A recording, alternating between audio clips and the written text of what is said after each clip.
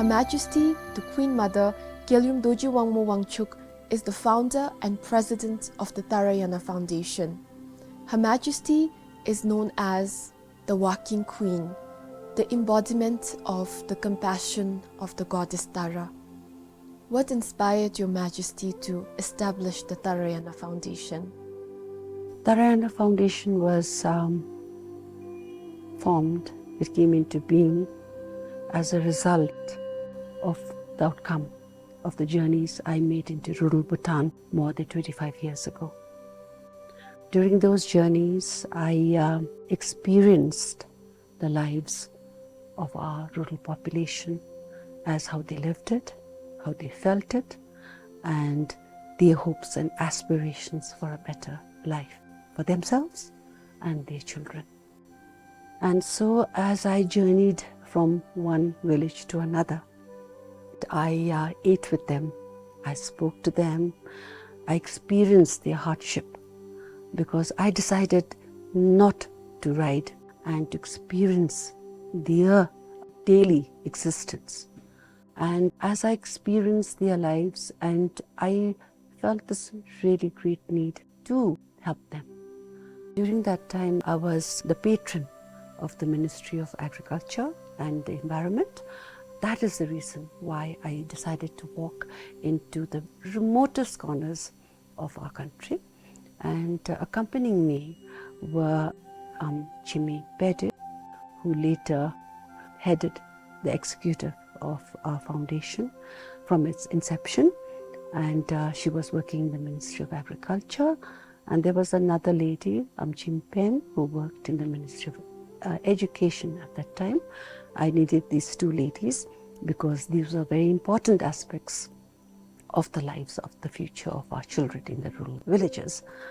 So as I walked and I experienced, most of them in the very remote areas of Ken were living in huts. I felt a great need to do something. So then I decided to establish the Tarayana Foundation. And Namgye, from the very beginning, I will have to tell you what Tarayana means. Tara, as you know, the goddess of compassion, the Tara, and the Yana means the vehicle. So Tarayana, the two words together, means the vehicle of compassion.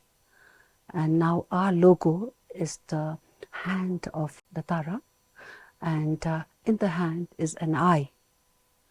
And the eye sees the need, and the hand reaches out to compassionately serve our people in need. The Tarayana Foundation is one of the earliest non-government organizations in the country. Your Majesty, what were some challenges in establishing a foundation in that context? I had absolutely no idea how to be a president of a foundation, how to run it, how to establish it. But the great desire was there. And so I reached out to Chimi Pede, who was then the head of the PPT in the Ministry of Agriculture, to come to head the foundation as its executive head.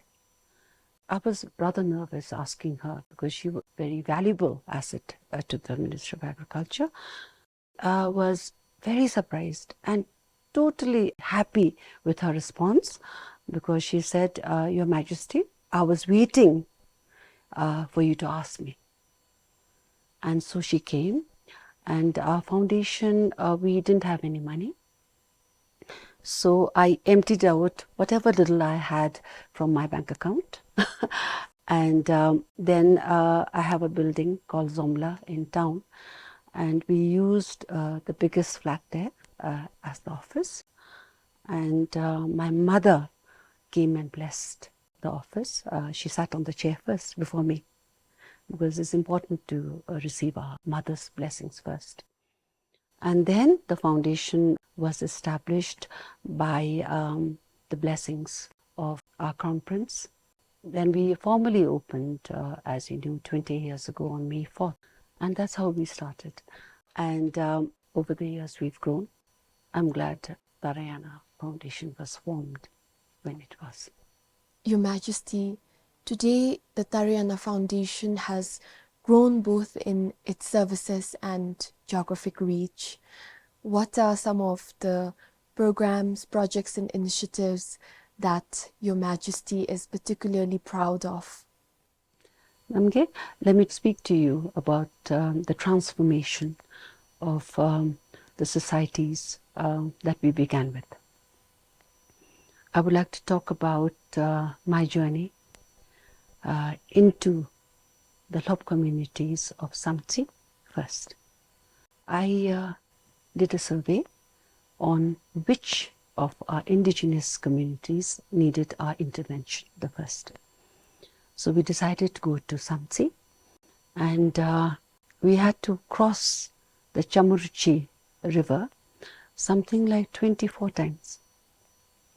And since we couldn't take off our shoes 24 times, we bought butter slippers and we crossed the river 24 times wearing those slippers. And once we reached the other side of the river and we were about to ascend a hike to get into the villages, I noticed that my feet were bleeding. So that didn't deter us because we had a mission. And so we walked into these villages, and even walking into the villages, I've never experienced such a huge hailstorm, really huge. And the place that we were supposed to stay in was totally flooded after the storm. So we took refuge in the headmaster's quarters. After that, the next day, I went into all the villages. The first thing I noticed, there wasn't a single proper house. All the houses were on stilts, bamboo. Even the flooring was bamboo. I walked into these houses and I saw that there was nothing there, hardly anything. There I met an old lady called Angesera, who was very pleased to see me. She asked me who I was. I told her. And then likewise I walked into many of the houses. It was a large cluster of villages in the form of huts. I felt a sense of deep compassion. So then I gathered the community and I gave them a nice lunch, and I spoke to them and I told them, your village is called Lotokuchu A, Lotokuchu B, and Lotokuchu C. Now I've never done this before. From today, your villages are going to be named after your king. And it's going to be called Lotokuchu Jigme, Lotokuchu Singi, and Lotokuchu Wanchu. And once you receive the name of your king, your villages are going to prosper. And I make a solemn pledge that you will prosper. So having said that, I felt a sense of relief in me, but at the same time, a sense of worry as how Tarayana Foundation could accomplish that. We saw many other needs apart from housing. There was education. There wasn't a single student who had reached the class 12 standard. And their livelihood was very, very basic. So there was the need not only to build them proper houses, but a total upliftment of their existence in form of agriculture, in form of education, in form of income generation, and so on. Then improving their nutrition. During that trip, I distributed sweets and vegetable seeds. And then Namge, what we did was, the first thing we did was we posted a Tarayana field officer into their community. Now this field officer lives with them, works with them, and then in consultation with them, then it's decided what their needs are. So we started building them new homes, and then we also established a paper making factory there, whereby they made traditional Daphne paper and also frames and other products from Daphne. And this journey to Lotokuchu Jikmi Sinki Wanchuk was, I would say, the catalyst. Thereafter, we started the same process in Adaruka, the indigenous communities there, and also in the Tongsa district of Changbi. We did the same thing. And I have to tell you, Namge, a lot has happened. A lot has changed. I have gone back several times to see the progress of the work and the after effects of our intervention. And now they're full of confidence. They have the Flop Express, many boleros, whereas they had none in the past. Now we have graduates, engineers, doctors, etc., coming out of these communities and who are serving them. Other things like they have their radio station whereby they communicate, whereby they also disseminate their own traditional way of life. They communicate with each other. It's really wonderful when you go back and then you have a meeting again with them, and now their needs are different. In the beginning, their needs were basic. Now their needs are higher employment. And for everybody who's been involved in the journey of Tarayana, of working really hard, especially the ones living in the villages and serving in the villages with the village communities, the ones who are formulating programs here in the head office, the ones who are contributing monetarily, our donors, our sponsors, our well-wishers. I think all of us today, as we turn 20, should be gratified in knowing we have impacted the population of Bhutan in one way or the other. Could Your Majesty share more about Tarayana's venture into the climate and environment sector to empower rural livelihoods? In the course of Tarayana service, we noticed that spring shed and water supply in the villages were getting scarcer. And so what we've done now is to look after those spring sheds and also to build water tanks, bring the water supply to the villages. This is very, very important because as the population gets more, the usage gets more, the scarcity, it's very stark. And during my last visit to the district of Serang, people there and even the schools there were asking me to help them through Tarayana bring about reliable water source to them because they were facing difficulties. Now this is something that Tarayana's Foundation has started doing many years ago, and now we're committed, all our field officers are committed to looking after those spring sheds, building water tanks, and also bringing the required water supply to where it's needed.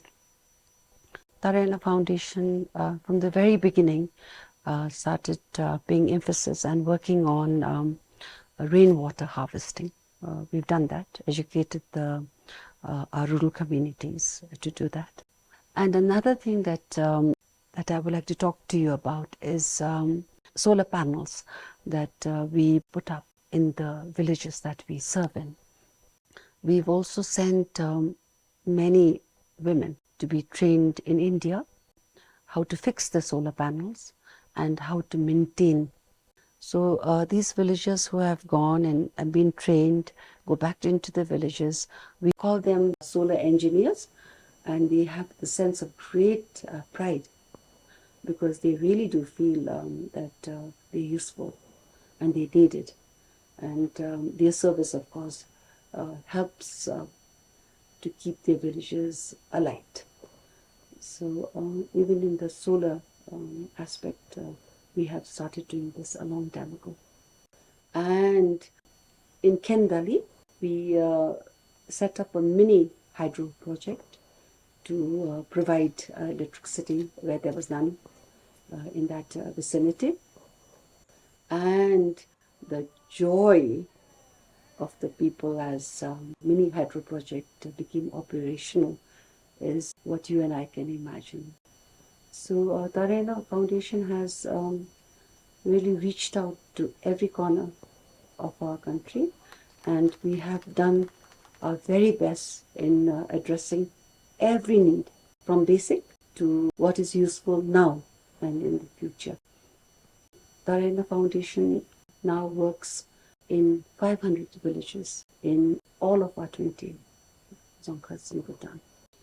We are yet to build many more houses. We've built thousands of houses so far, but we need to build more houses because of the fact that what happens is that in a family, when a child grows up and then he or she moves out, they need a new house. Your Majesty, how have arts and crafts played a role in economically empowering rural communities?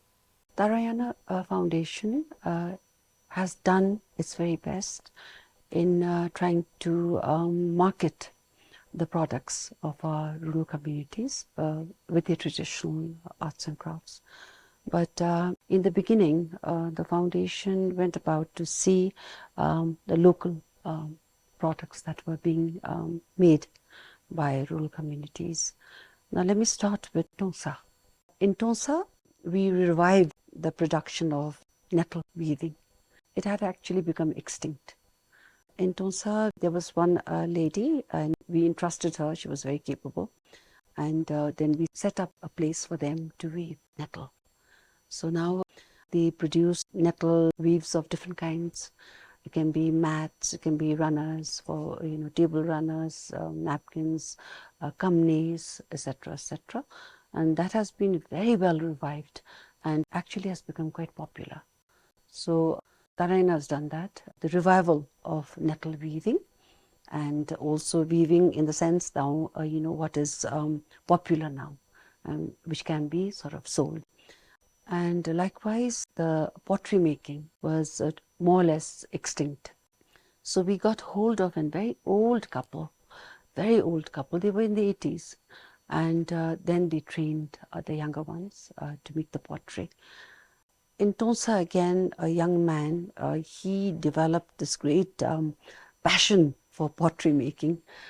And so he started making pottery and making it quite a large number actually. So all these products, the nettle weave, plus the pottery, and then other traditional products like panchu, palang, the bobs, etc. They were all sold during our Tarayana annual 3-day fairs. Then through our Tarayana craft center, we started selling their products and giving them all the profits without the middleman costs. Now I'm happy to say that there's the craft bazaars have come up and many outlets where their products can be sold. But we still continue to do this. Education is also very close to Your Majesty's heart. What are some of the initiatives that Tarayana has carried out in this area? Everything starts with the right foundation. For the Tarayana Foundation, we first started out by starting ECCDs in all the villages. As a matter of fact, the foundation established 65 ECCDs till we handed it over to the government, who were doing it in a big way. We gave the opportunity for scholarships to many of our well-deserved students. They were sent to Bangladesh, to India, to Bangkok, amongst other countries. And they've done exceedingly well. They have become contributing citizens, and they also come back to serve Tarayana Foundation. And also they are well placed now in many different ministries and organizations. And if we all join hands in compassion, in dedication, with discipline, there's nothing that we can't achieve. Your Majesty, does the Tarayana Foundation work with the government? Namgi, we do. The government and the Tarayana Foundation work very well together. They trust us to execute many of their programs in housing and other areas of uplifting the lives of the rural population. Our field officers are invited to attend the local government meetings. They work very well together in achieving the goals faster for the welfare of our people. Your Majesty, it has truly been an incredible 20 years. What does the future hold for this journey? I'm very happy to share with you, you being a very dynamic young Bhutanese citizen. I would like to tell you about the Tarayana school clubs we have in all the 20 districts, and with a population of close to 6,000 members. For me, I find it really special that they are the ambassadors of compassion, and they deliver this compassion in so many valuable and endearing ways. Like, for instance, students in the villages, they would like to contribute their compassion by washing clothes for our elder citizens, by listening to their stories. And during their holidays, when the season permits, they get involved in paddy cultivation. Whatever they can, they do from their hearts. And then schools closer to urban Bhutan, and in urban Bhutan, they look after the most needy in their own classes by raising money to put them through higher education, and so on. So the Tarayana school clubs, we have the school clubs in the colleges in Samtsi for teachers, and also in Paro. And so what happens is that the teachers who are the members of the Tarayana clubs, they go, and once they are posted as teachers, they go and open their own clubs. And then the, let's say, compassion is multiplied all over Bhutan. And for me, I think it's very, very gratifying. I get a lot of happiness and peace because of this. I think it's important. Compassion, I think, is the most important factor of one's existence. And now we also have the Tarayana microcredit, which is very important for our rural population to get access to dependable credit. And as of now, the Tarayana microcredit is doing very well. And we hope to expand our services to more of our rural population. So that is also a very wonderful thing. And we have the Tarayana research, which researches the impact of our service to our population. And so the Tarayana research arm is also doing valuable work. And then another thing, Namge, it's a bamboo project. We call it the Tsar. Tsar means bamboo. And this is our headquarters are being established in Mongar. And we're going to engage now many of our population in plantation of bamboo and in the right use of bamboo by making furniture, our traditional arts and crafts, and many innovative designs which bamboo allows. And I'm really looking forward to the production of our bamboo and the use of bamboo, and what the foundation can do by teaching our villagers, and not only villagers but our artisans, the use of bamboo, and to make a good profit. And I would like to send a message which is important, and this message is about compassion. It's about service from the heart. It's about respecting who you serve with respect and honor. And at the end of the day, when your service bears fruit, then it is the life well lived.